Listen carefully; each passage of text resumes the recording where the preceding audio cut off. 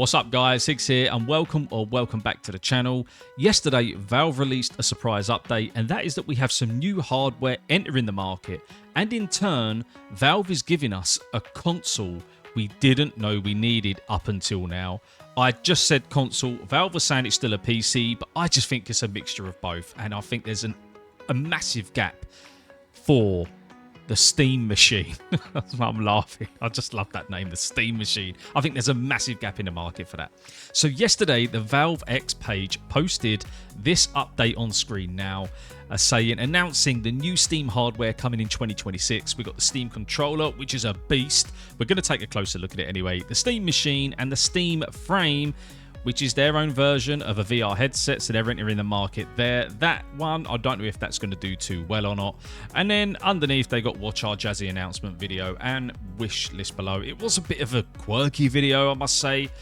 So if we look over here on the website, we can see that they have got core features that define the Steam Machine. So we've got the Steam OS, and I believe this is the biggest selling point. Steam has an enormous amount of users, like there's millions upon millions of users, and the OS is so good. To me, it's the best one there is. I absolutely love Steam OS. It's so easy to use. It's quite consumer friendly as well, especially with like refunds and returns. It's honestly, it's great. So they got the OS optimized for gaming, which we all know about. Then they've got the small form factor with a banana sitting on top. They can put it under your TV, set it on your desk, hide it under a banana. It's powerful PC gaming packed into a roughly 6-inch cube, which is insane. And cool and quiet, because no one wants their flipping console sounding like a jet engine. So they're saying the Steam Machine keeps cool and runs whisper quiet, even while running the most demanding games. We got I/O for days, so ready for all the peripherals and monitors you can throw at it, with a 1 GB Ethernet port, display port 1.4, HDMI 2.0, 1 USB-C and 4 USB-A ports.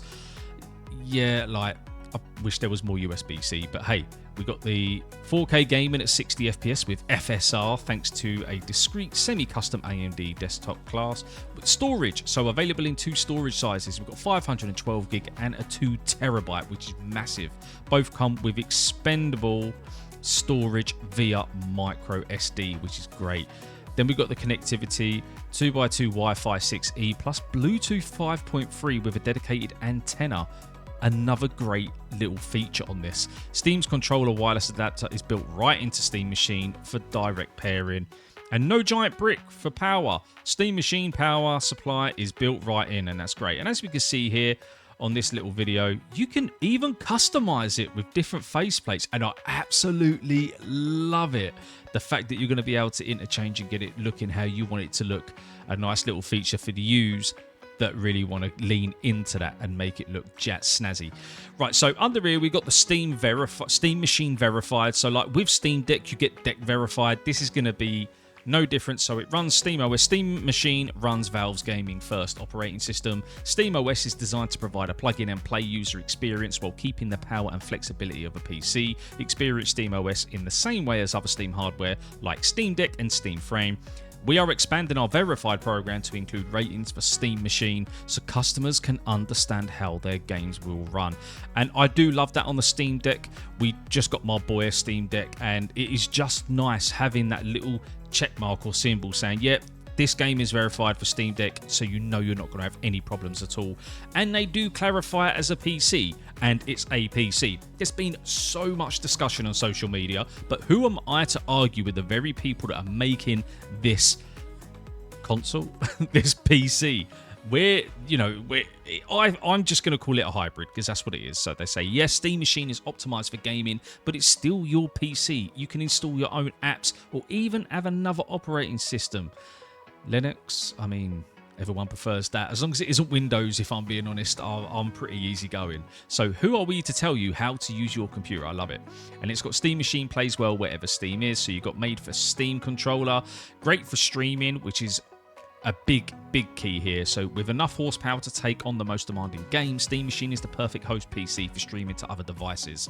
Easily stream your Steam Deck, Steam Frame, or any other device running Steam or Steam Link. And I really do like that. If you have bought into like some of their hardware, especially with Steam Deck, it's just a nice touch that you are going to be able to have seamless steaming. So I love all that. And then underneath, we've just got the new Steam controller and the Steam frame. So if we have a look at the tech specs here, so as we can see, we've got the USB 3A, the micro SD card, the indicator and the power button, and we've got the display port, which is great if you want just a higher resolution, HDMI, and then you've got the Ethernet, and you've got some more USB ports and a USB-C as well. So you've got enough there if you want to be. I mean, well, you don't even need a bloody keyboard and mouse with it, do you? You've got the controller. So if you just want to be charging a controller or your headset, you've got enough there. And I think that's really cool considering how small it is. So on to what most people are going to want to look at, which is the tech specs. Now, I'm no tech geek by any means, but this does sound good. So for the CPU, we've got a semi-custom AMD Zen 4 6C12T, and it's up to 4.8 gigahertz and 30 watt TDP. I think that's pretty decent. I'm more of an Intel man, but I do know that AMD are really, really good when it comes to gaming. The GPU is a semi-custom AMD RDNA 3, and it's got 28 CUs, and that's a 2.45 gigahertz max sustained clock with 110 watts. I haven't actually researched what that would be in terms of an NVIDIA GPU. I have heard or read some people saying that it's likened to like a 4070. If you do know, let me know down in the comments below. The RAM, we've got 16 gig at DDR5 plus 8 gigabyte GDDR6 VRAM. I wish that 8 was a little bit higher, to be honest. I don't know if you might get some throttling on the more demanding games. We've got a power supply there, which is fine. That covers all bases for all countries. Then the storage, so we're going to have two. So we've got the 512 gig NVMe SSD and a 2 terabyte NVMe SSD. Now, I would say that the 512 gig is a bit too low, but with both models including a high-speed micro SD, I don't think it's going to be too much of an issue, if I'm being honest with you. Although, personally, I would like to go for the 2 terabyte because I love myself an SSD. Then we just got all the connectivities and the IOs, which we've gone down. Now, the size is like well small, 152 millimeters tall, which is ridiculous. And it only weighs 2.5 kilograms. Operating system, Steam OS 3, and desktop is KDE Plasma. So for me personally, I think there's a massive gap in the market for this. Because like they've said, people do just want to plug and play. I know for me, I work full time. Sometimes I do long hours. I've got a young boy who loves gaming with me, and sometimes there's no better way to be gaming than just putting your feet up instead at a desk and just playing some games. Now, the Steam Deck's great, but I do, as I get older, find myself like when I'm leaning over, my neck starts hurting, my shoulders get a bit tight. So be able to just kick back on my recliner, plug this in, and play anything on my Steam library. I'll tell you what, this is just, it's a really, really cool bit of kit, and I think it's going to sell really well. And it's that there's that market for it, and also it just adds a bit of competition. We've got PlayStation, Xbox, and Nintendo. I know Xbox are planning on bringing out their own hybrid. Steam have got in there first, so I'm definitely going to be lumping my money on this. When we're talking about price points, we don't know. If I'm going to have a guess, I'd probably say the 2 terabyte would come in at £600. I don't know what that would be in dollars, maybe $800, $850, and I don't think that's too bad. I know the Xbox console, the new one's rumoured to be like £1,000 plus, but I think that kind of user base they're looking for is more higher end user base. This is kind of mid-range, and I think that suits most people, like most gamers. So I'm absolutely buzzing for this. I can't wait. Digital Foundry have got their hands on it and tested it, and they did say at a lower res they played Cyberpunk. It did hit 60 FPS, but if you're going to go for the higher res, the 4K, you're going to be at 30 FPS. But again, I don't need to be playing at 4K, and I don't think many people do. I know all of us are on X chatting about gaming, and we all have our hardware and our software and our technology, but I think if we look at a percentage of gamers as a whole, the ones that aren't always online on social media, they just get home from work, kick back, and they just want to play a game. They'll probably play it at 1080, 60 FPS, you know what I mean? So I think the Steam machine is looking like a solid go-to for those that are console gamers but don't want to spend all that dough on a PC. This is going to be a good middle ground for them.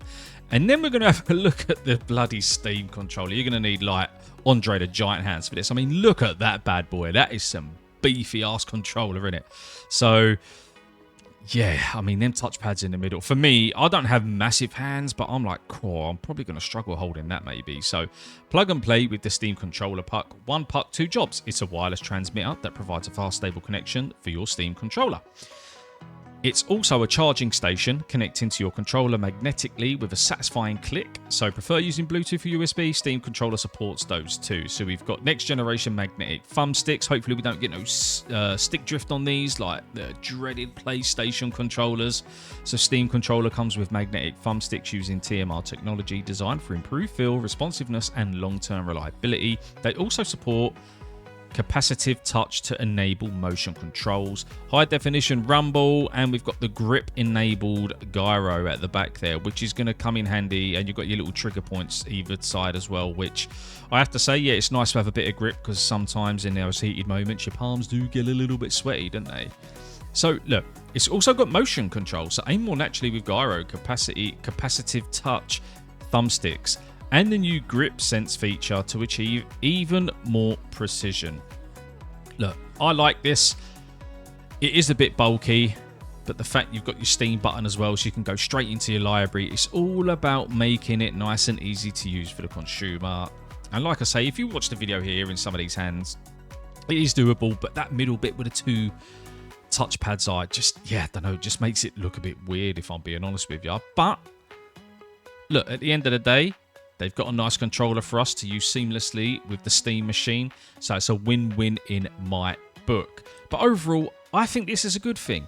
PC couch gaming is definitely something we needed, because the rare times you might want to play a certain game just sat in your living room or in another room on a big screen, you got to lump your PC with you. Like, the fact that we've now got this with the Steam machine, like PC couch gaming, is a massive bonus. And like the plug and play factor as well, which is what the majority of gamers like, is so underrated. Like, people just want to come home, do what they got to do with their family, sit down, kick back, press a button and just play. And you can do that now with the Steam machine. And Valve has also beaten Xbox to the market with this like PC console hybrid. Although Xbox don't have nothing to worry about. Their console is going to be like a lot more powerful and a lot more expensive, but like I said, I expect it to be sitting around £700. I think would be a good price point. I think you start getting higher, you do risk alienating people, because at the end of the day, it's not like going to be more powerful than a PS5, an Xbox X, the PS5 Pro. Like, you don't want to be having it as much money as them consoles do. You don't want to be pricing yourself out, but I'm sure Valve know what they're doing. But guys, let me know your thoughts down below. I think it's great, adds more competition to the console scene, to the gaming scene, and competition is good for us consumers. But that is the end of the video, guys. I hope you've enjoyed it. If you have, hit that like button. And if you are new here and you're into all things gaming, subscribe to the channel as well for more videos coming in the future. But as always, guys, take care and I'll see you in the next video.